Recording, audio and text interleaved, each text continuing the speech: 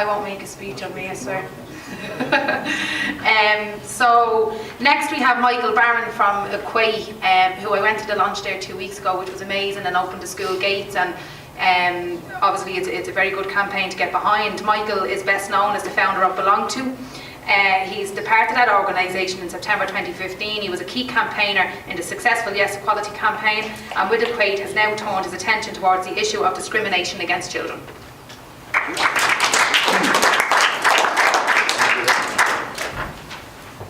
Thank you very much. I am conscious of time, so I'm going to try to not say anything that was said before, but we'll give that a go. And I just want to say that I'm delighted to be introduced by Lynn, and just to explain how we got here really at EQUATE. We're coming from a broad social justice and equality perspective to this issue, having spent many years working with young migrants and refugees, LGBT young people, young travellers. And I've spent a good deal of time working within the education system with young people who experience discrimination on various levels, and can see and have seen firsthand the enormously detrimental effect that it has had both on their health and on their educational outcomes.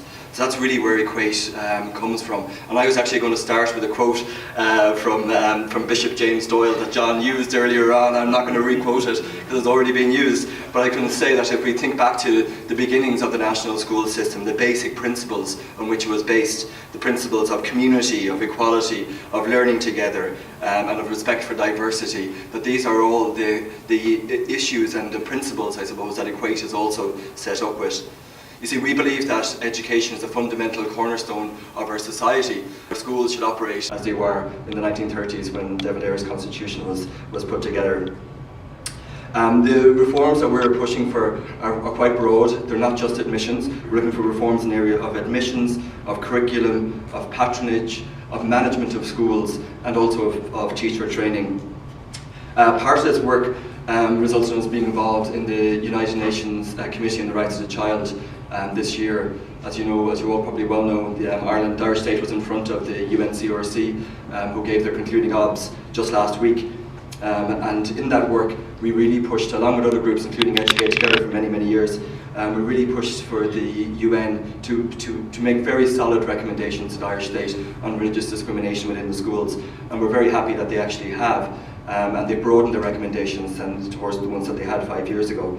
And I'm going to read them. So the UN Committee on the Rights of the Child has asked or recommended that the Irish state provides accessible options for children to opt out of religious classes and access appropriate alternatives to such classes in accordance with the needs of the children of minority and of no faith. I think it's a very strong recommendation from the UN.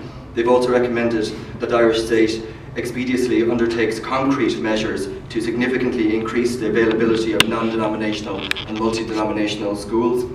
And they've also asked or recommended that the Irish state amend existing legislative frameworks to eliminate discrimination from schools, including amending the Equal Status Act. It's a very, very direct recommendation. One of the things I wanted to also mention, I don't think has come up so much earlier on today, and that's that this isn't a Dublin issue. I say that very passionately as somebody who's not from Dublin.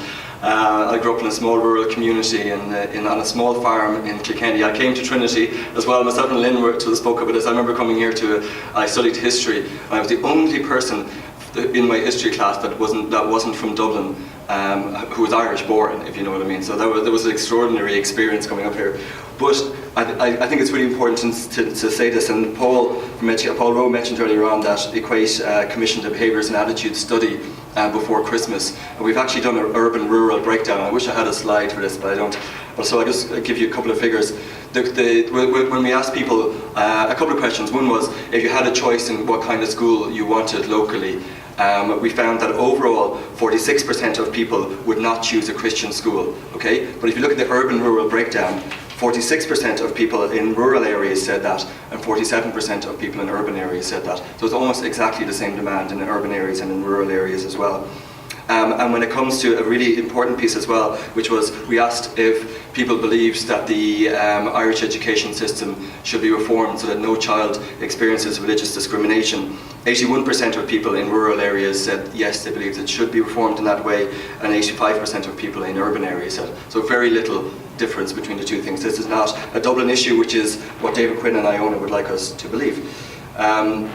I think maybe that's all I'm going to say, other than just to, and I have so much respect for Paddy up the back there, but I am actually going to say that I don't agree with one thing, and that's that I do think this is an election issue. I think there are major election issues, and then there are not so major election issues. So the major ones, of course, are, at the moment are the economy and crime, and homelessness, and I mean they're all correctly major election issues. And then slightly minor ones are direct provision, I think, is out there, and migration more broadly. And actually I think equality in education has actually become an election issue, and it's really good to hear that election candidates are being asked about this on the doorsteps, and I think we can keep up this pressure. There's 2 more weeks left in this election, and I'm very confident that this issue will come up in a bigger, more public way over the next 2 weeks. So thank you all very much, and thanks for listening to me.